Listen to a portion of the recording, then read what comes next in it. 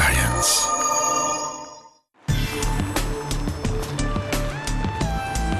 D'après les spécialistes, plus de 50 000 personnes meurent chaque année en Europe à cause de la grippe saisonnière. Le virus touche près de 10% de la population, mais c'est surtout chez les enfants et les personnes âgées qu'il est le plus nocif.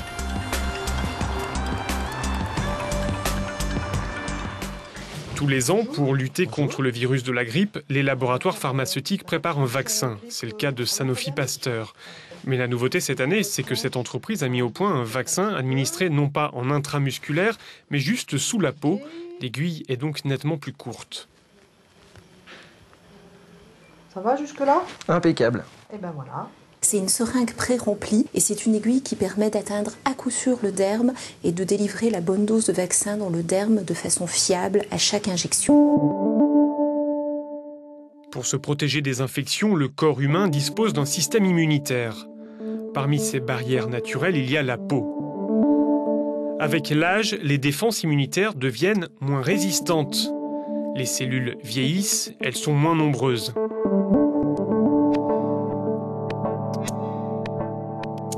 Cette détérioration du système immunitaire s'appelle l'immunosénescence. Après avoir traversé l'épiderme, la couche supérieure de la peau, le vaccin atteint une deuxième couche.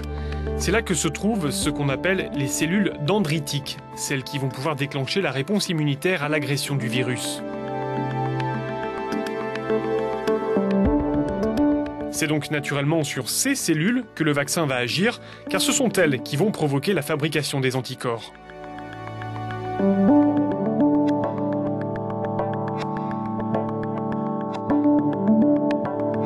Le vaccin est produit dans un immense laboratoire situé à Marcy-l'Étoile, près de Lyon. Le site a été créé il y a près de 100 ans par Marcel Mérieux, un des assistants de Louis Pasteur.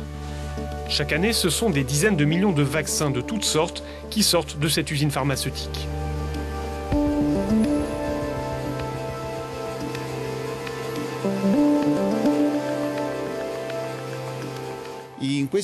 Dans ce laboratoire, protégé par d'imposantes mesures de sécurité, les flacons de vaccins produits sont vérifiés un à un. Chaque étape de la fabrication est donc l'objet de contrôles qualité très stricts.